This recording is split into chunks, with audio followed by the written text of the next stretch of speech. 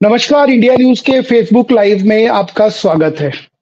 आज बात होगी उस मुद्दे पर जिसको लेकर प्रदेश की राजनीति में घमासान मचा हुआ है। जी हाँ, कल एक मुद्दे पे चर्चा की गई थी जिसको आपके सामने रखा गया था और मुद्दा था भूपेश बघेल के सामने, भूपेश बघेल के ऊपर और उनकी सरकार के ऊपर तमाम ऐसे आरोप जिसको लेकर भूपेश बघेल ने सिर्फ इतना कह दिया कि हमारी पार्टी और कांग्रेस में लोकतंत्र है और लोकतंत्र में सबको अपनी बात रखने का पूरा अधिकार है। लेकिन सवाल ये खड़ा होता है कि ये वही लोकतंत्र है जिसमें आपकी पार्टी को कटघरे में लाके खड़ा कर दिया जाए? क्या वही लोकतंत्र है जिसमें आपके ऊपर, आपके सामने, आप ही की सत्ता जिसमें आप 5 साल राजा बन के रहे, उसके ऊपर सवाल उठा दिए जाए? ऐसे तमाम सवाल हैं। ये सवाल थमे भी नहीं थे कि एक और सवाल खड़ा हो गया। इस बार सवाल के साथ साथ लिखित एक कागज, एक लेटर हवा में तैर रहा है, पत्रकारों के व्हाट्सएप पर है, लोगों के मोबाइल पर है और कांग्रेस के भीतर खलबली है। और सबसे ज्यादा अगर कोई खुश है उस लेटर से तो वो है भारतीय जनता पार्टी। लाजमी है भारतीय जनता पार्टी का खुश होना, इसलिए भी लाजमी है क्योंकि भारतीय जनता पार्टी मौजूदा स्थिति में अपने आप को मोदी की गारंटी के बाद बहुत खुश नजर आ रही है और अपने आप को बहुत खुश नसीब भी समझ रही है। क्योंकि जब 5 साल भारतीय जनता पार्टी सत्ता से बाहर थी तो ये कल्पना उसने भी नहीं की थी कि हम सत्ता में लौटेंगे और ऐसे लौटेंगे, ये कल्पना भी नहीं की थी। लेकिन आज 54 सीटों के साथ भारतीय जनता पार्टी पुनः सत्ता में है और कांग्रेस जो दंभ भर रही थी अब की बार 75 पार, वो सत्ता से बाहर है। कल्पना दोनों ने ही नहीं की थी, लेकिन मोदी की गारंटी ऐसी चली कि भारतीय जनता पार्टी पुनः सत्ता में आ गई। ये तो हो गई एक बात। दूसरी बात जो आज चर्चा का विषय है, एक लेटर हवा में तैर रहा है जिसको लेकर तमाम राजनीतिक जानकार से, शीर्ष नेतृत्व से, कांग्रेस के शीर्ष नेतृत्व भारतीय जनता पार्टी के से सवाल पूछे गए। सवाल थे तो जवाब आना लाजमी था, लेकिन जवाब इस तरीके का आया कि उसकी कल्पना शायद मैं और आप तो नहीं कर रहे थे। जवाब था ढुलमुल तरीके का, लीपापोती करने वाला भी नहीं था। जवाब का जिक्र इसलिए कर रहा हूं क्योंकि इसके बाद उस चीज को बताऊंगा जिसको सुनकर आपको भी लगेगा ये जवाब दिया गया है प्रदेश अध्यक्ष द्वारा। प्रदेश अध्यक्ष ने किनारा करते हुए कह दिया कि आपके माध्यम से पता लगा है, जानकारी ले लेता हूं तब आपको बताऊंगा। एक और प्रदेश अध्यक्ष हैं, लेकिन वो भारतीय जनता पार्टी के हैं। उन्होंने इतना नहीं कहा, उन्होंने बहुत कुछ कह दिया। उन्होंने जो कह दिया उसको लेकर यहां से दिल्ली तक तमाम सवाल खड़े हो गए। वो सवाल पूछ भी लिए और जवाब भी दे दिए। जब उनसे पूछा गया तो उन्होंने कहा ये वो पार्टी है और ये वो लोग हैं जो भारत जोड़ने निकले हैं, भारत के साथ न्याय करने निकले हैं।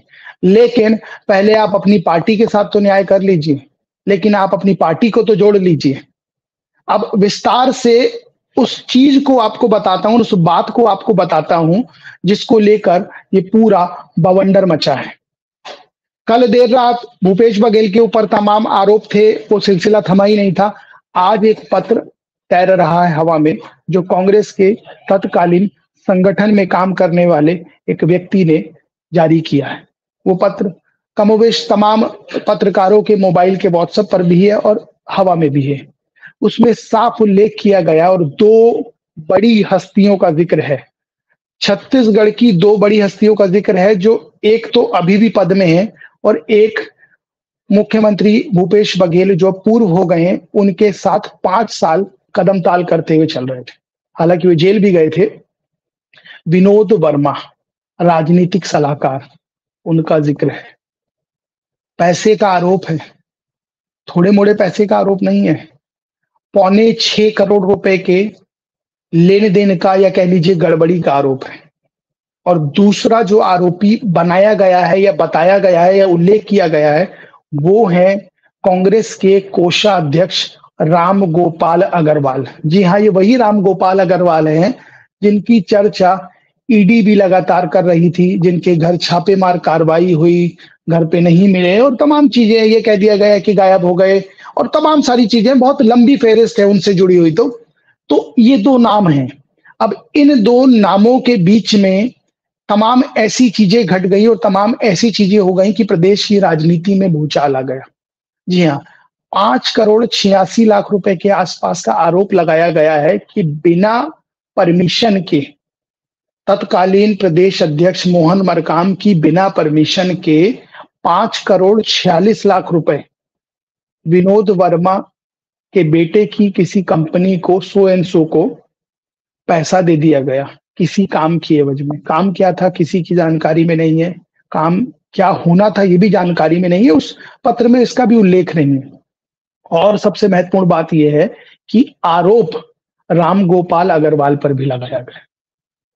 अब ये कह सकते हैं कि चुनाव सामने है इसलिए ऐसा हो रहा है, ये भी कह सकते हैं कि चुनाव की वजह से ऐसा हो रहा है। ऐसे तमाम सवाल हैं, लेकिन सवाल ये खड़ा होता है, जो कांग्रेस संगठित नजर आ रही थी आज से 90 दिन पहले तक, जो कांग्रेस मजबूत नजर आ रही थी आज से 90 दिन पहले तक, जो कांग्रेस भूपेश के भरोसे का जिक्र कर रही थी और नारा लगा रही थी, वो कांग्रेस आज छिन्न भिन्न नजर आ रही है। वो कांग्रेस आज मौजूदा दौर में बटी हुई नजर आ रही है, बिखरी हुई नजर आ रही है। इसके पीछे की वजह क्या है, इसको टटोलना होगा, इसको तलाशना होगा और ये भी समझना होगा क्या राजनीति का स्तर इस तरीके का पहुंच गया है कि सत्ता में रहेंगे तो सब हरा हरा है और सत्ता चली जाएगी तो सब बेरंग है। ये एक बड़ा सवाल है उन राजनेताओं के लिए। जब सत्ता थी तो सब कुछ अच्छा था, यही भूपेश बघेल को सर माथे लिए सब नेता घूम रहे थे, नारे लगाने से नहीं चूक रहे थे, मिलने से नहीं चूक रहे थे, सेल्फी लेने से नहीं चूक रहे थे। लेकिन आज भूपेश बघेल सबके लिए बेकार हो गए, इन्हीं नेताओं के लिए। आज पत्र लिख दिया गया उन नेताओं के खिलाफ जिनसे मिलने के लिए आप तरसते थे और मिलते थे तो अपने काम की बात करते थे, लेकिन आज वो आपकी आंख के कांटे बन गए। वही लोग कर रहे हैं जो आज से पहले इन नेताओं के साथ चलना चाहते थे, काम करना चाहते थे, मिलना चाहते थे। लेकिन जिस तरीके का पत्राचार किया जा रहा है उसने तमाम चीजों को और तमाम सवालों को जन्म दे दिया है।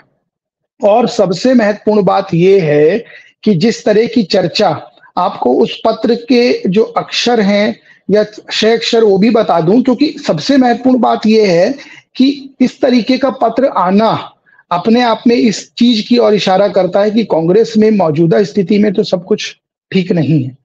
और यदि सब कुछ ठीक नहीं है तो ठीक क्या है और ठीक कैसे होगा, ये भी एक सवाल है।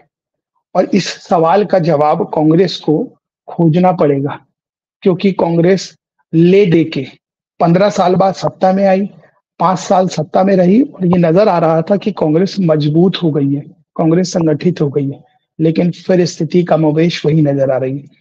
पत्र किसने लिखा, क्यों लिखा, पत्र की कुछ ऐसी लाइन है जो मैं बता देता हूं जिससे दर्शकों को और ज्यादा चीजें विस्तार से समझ आ जाएंगी कि आखिर पत्र का मजनून क्या था और पत्र लिखा क्यों गया। मौजूदा स्थिति में जो पत्र लिखा है, जो मौजूदा उनका डेजिग्नेशन है, हालांकि कांग्रेस एक तरफ ये कह रही है कि पार्टी में नहीं है, दूसरी तरफ ये कह रही है कि किस पद पे है ये पता करवाना पड़ेगा। अरुण सिंह सिसोदिया ने पत्र लिखा है, जो उनका डेजिग्नेशन है वो प्रदेश महासचिव, प्रदेश कांग्रेस कमेटी छत्तीसगढ़।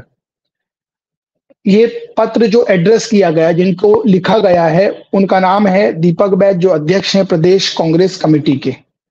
और दूसरी बात, अरुण सिंह का ही और डेजिग्नेशन है जहां उन्होंने अपने सिग्नेचर किए हैं। उन्होंने अपने नाम के नीचे एआईसीसी का सदस्य खुद को बताया, पूर्व प्रभारी महामंत्री संगठन व प्रशासन। पूर्व का जो पद था वो भी लिखा गया है और जो मौजूदा पद है उसका भी जिक्र किया गया है। अब देखिए, विषय जो लिखा है, विषय में ही ऐसी लाइन लिख दी है बोल्ड करके, जिसको राजनीति में भूचाल यदि कहेंगे तो अतिशयोक्ति नहीं होगा। साफ लिखा गया है कि छत्तीसगढ़ प्रदेश कमेटी के कोष का 5 करोड़ 89 लाख रुपया षड्यंत्र पूर्वक गबन किया गया है।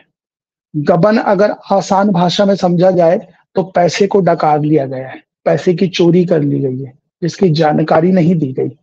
उसके नीचे वो लिखते हैं कि महोदय, अनुरोध है कि छत्तीसगढ़ प्रदेश कांग्रेस कमेटी के कोषाध्यक्ष राम गोपाल अग्रवाल अभी भी कोषाध्यक्ष हैं और जब ये थे तब का भी जिक्र किया गया है, द्वारा अपने मित्र और पूर्व मुख्यमंत्री श्री भूपेश बघेल के राजनीतिक सलाहकार विनोद वर्मा जी के बेटे की कंपनी टेसू मीडिया लैब गाजियाबाद को 5 करोड़ 89 लाख रुपए बिना प्रदेश अध्यक्ष मोहन मरकाम, उस समय प्रदेश अध्यक्ष मोहन मरकाम थे, मरकाम जी व प्रभारी महामंत्री की जानकारी व अनुपस्थिति के भुगतान किया गया, जबकि कोषाध्यक्ष को कार्यादेश जारी करने की अनुमति नहीं और पार्टी बायलॉज के अनुसार प्रदेश कार्यकारिणी में प्रस्ताव लाकर पास करवाना अति आवश्यक है।